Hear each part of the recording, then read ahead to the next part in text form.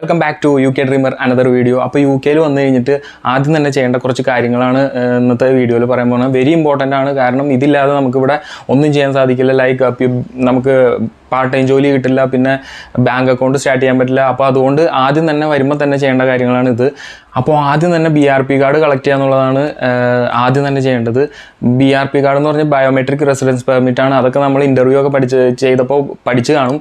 അപ്പോൾ നമ്മൾക്ക് വിസ അടിച്ചിട്ട് ഒരു 2 ആഴ്ചയ്ക്കുള്ളിൽ തന്നെ, അതായത് വിസയിൽ നമ്മുടെ എൻട്രി ഡേറ്റും കാര്യങ്ങളൊക്കെ കൊടുത്തിട്ടുണ്ടാവുമല്ലോ. അതായത് വിസ അടിച്ച് കഴിഞ്ഞാൽ 2 ആഴ്ചയ്ക്കുള്ളിൽ തന്നെ ഇതൊക്കെ പബ്ലിഷ് ആവും. വന്നു കഴിഞ്ഞിട്ട് കളക്ട് ചെയ്യേണ്ട കാര്യമുള്ളൂ.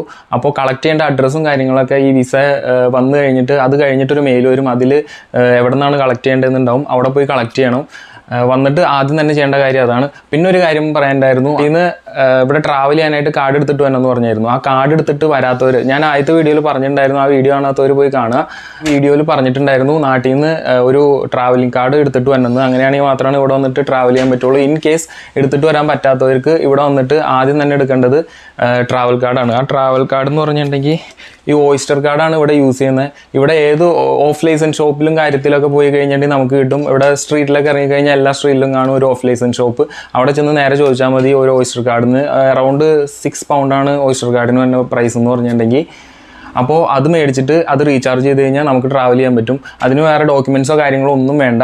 അപ്പോൾ അതില്ലാത്തവർ അത് ആദ്യം കളക്ട് ചെയ്യുക. അതിനുശേഷം BRPക്ക് കളക്ട് ചെയ്യാൻ പോവാം. ഇതെന്ന് പറഞ്ഞിട്ടുണ്ടെങ്കിൽ BRP കിട്ടി കഴിഞ്ഞിട്ട് മാത്രമാണ് നമുക്ക് NIക്ക് രജിസ്റ്റർ ചെയ്യാൻ പറ്റുള്ളൂ. NI കിട്ടിയാലാണ് നമുക്ക് ജോലിക്കൊക്കെ അപ്ലൈ ചെയ്യാനായിട്ട് സാധിക്കത്തുള്ളൂ. അപ്പോൾ അതിന് വേണ്ടിയിട്ട് അതിൻ്റെ ലിങ്ക് ഞാൻ ഡിസ്ക്രിപ്ഷനിൽ കൊടുത്തേക്കാം. നേരെ അതിൽ കയറിയിട്ട് ആ ലിങ്കിൽ ക്ലിക്ക് ചെയ്ത് കഴിഞ്ഞാൽ നിങ്ങൾക്ക് രജിസ്റ്റർ ചെയ്യാം. ആ ഒരു രജിസ്ട്രേഷൻ ചെയ്യണമെന്നുണ്ടെങ്കിൽ NI നമ്പർ വേണം. അപ്പോൾ ആ ഒരു NI നമ്പർ വിത്തിൻ 2 വീക്സിനുള്ളിൽ നമുക്ക് കിട്ടും. അതിനുശേഷം മാത്രമാണ് നമുക്ക് ജോലിക്കൊക്കെ അപ്ലൈ ചെയ്യാൻ പറ്റുള്ളൂ. അതിന് മുമ്പ് അപ്ലൈ ചെയ്യുന്നതിന് പ്രശ്നമൊന്നുമില്ല. മുമ്പ് അപ്ലൈ ചെയ്യാനായിട്ട് BRP കാർഡ് വന്നു കഴിയുമ്പോൾ തന്നെ നമുക്ക് ഷെയർ കോഡ് കിട്ടും. ആ ഒരു ഷെയർ കോഡ് വെച്ചിട്ട് നമുക്ക് അപ്ലൈ ചെയ്യാൻ പറ്റും. ആ ഒരു ഷെയർ കോഡ് എടുക്കാനുള്ള ലിങ്കും കൂടി ഞാൻ താഴെ കൊടുത്തിട്ടുണ്ട്.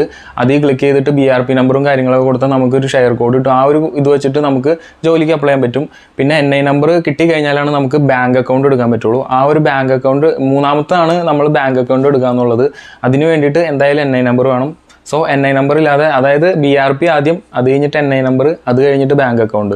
കാരണം ബാങ്ക് അക്കൗണ്ട് എടുക്കണമെങ്കിൽ NI നമ്പറും വേണം, BRP നമ്പറും വേണം. അപ്പോൾ അതുകൊണ്ട് ബാങ്ക് അക്കൗണ്ട് എടുക്കാനായിട്ട് ഈ 2 സ്റ്റെപ്പ് കഴിഞ്ഞിട്ട് ബാങ്ക് അക്കൗണ്ട് എടുക്കാൻ കഴിയത്തുള്ളൂ. അപ്പോൾ ഞാനിവിടെ വന്ന് ആദ്യം തന്നെ വേഗം അക്കൗണ്ട് സ്റ്റാർട്ട് ചെയ്യണമെന്നുണ്ടെങ്കിൽ മോൺസോ എന്ന് പറഞ്ഞൊരു ബാങ്ക് ഉണ്ട് ഇവിടെ. അത് ഫിസിക്കൽ ബാങ്ക് അല്ല, ഒരു വിർച്വൽ ബാങ്കാണ്. അതാണ് ഞാൻ ആദ്യം തന്നെ വന്നപ്പോൾ എടുത്ത ബാങ്ക് എന്ന് പറഞ്ഞിട്ടുണ്ടെങ്കിൽ. ഇൻ കേസ് ജോലിക്കൊക്കെ നമുക്ക് ഇപ്പോൾ ബാങ്ക് അക്കൗണ്ടും ഡീറ്റെയിൽസും കൊടുക്കണമെന്നുണ്ടെങ്കിൽ, വേഗം കൊടുക്കണമെന്നുണ്ടെങ്കിൽ ആ ഒരു അക്കൗണ്ട് എടുക്കണമായിരിക്കും നല്ലത്. ആ ഒരു മോൺസോൻ്റെ അക്കൗണ്ട് എടുക്കാനായിട്ടുള്ള ലിങ്ക് ഞാൻ താഴെ കൊടുത്തിട്ടുണ്ട്. അതിൽ കയറി കഴിഞ്ഞ് ക്ലിക്ക് ചെയ്തിട്ടുണ്ടെങ്കിൽ മോൺസോയുടെ ആപ്പ് നമുക്ക് ഡൗൺലോഡ് ചെയ്യാൻ പറ്റും. അതിൽ രജിസ്റ്റർ ചെയ്തിട്ടുണ്ടെങ്കിൽ അതിൽ NI നമ്പറും BRP നമ്പറോ കൊടുത്ത് രജിസ്റ്റർ ചെയ്തിട്ടുണ്ടെങ്കിൽ വിത്തിൻ 2 ഡേയ്സിനുള്ളിൽ നമുക്ക് ആ ഒരു കാർഡ് നമ്മുടെ അഡ്രസ്സിലേക്ക് വരും. പിന്നെ അതിനുശേഷം നമുക്ക് ഒരു ഫിസിക്കൽ ബാങ്ക്, അതായത് ഇതിപ്പോൾ മോൺസോ എന്നൊക്കെ പറഞ്ഞിട്ടുണ്ടെങ്കിൽ വിർച്വൽ ആയിട്ടുള്ളൊരു ബാങ്കാണ്. പക്ഷേ എല്ലാവരും എടുക്കേണ്ടത് അത്യാവശ്യം നല്ല ബാങ്ക് തന്നെയാണ്. പ്രോബ്ലംസോ കാര്യങ്ങളോ ഒന്നുമില്ല. ഞാൻ ഇതുവരെ സാറ്റിസ്ഫൈഡ് ആണ്. അങ്ങനെ ആർക്കും പ്രോബ്ലം വന്നതായിട്ടും കേട്ടിട്ടില്ല. ഇങ്ങനെ പ്രോബ്ലം വന്നാൽ തന്നെ അതിൻ്റെ കസ്റ്റമർ കെയറിൽ വിളിക്കാനും കറക്റ്റ് 24/7 ഒക്കെ കാര്യങ്ങളൊക്കെ ഉണ്ട്. അതൊന്നും പ്രോബ്ലം ഇല്ല. എന്നാൽ പോലും ഫിസിക്കൽ ബാങ്ക് ഉള്ളത് നല്ലതാണ്. ലോയിഡ്സ് എന്നാണ് ആ ഒരു ബാങ്കിൻ്റെ പേര്. ഇതാണ് ആ ലോയിഡ്സ് ബാങ്കിൻ്റെ കാർഡ്.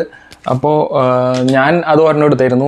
എൻ്റെ കയ്യിലുള്ളത് മോൺസോയും ഈ ഒരു ലോയിഡ്സിൻ്റെയും ബാങ്കിൻ്റെ കാർഡാണ്.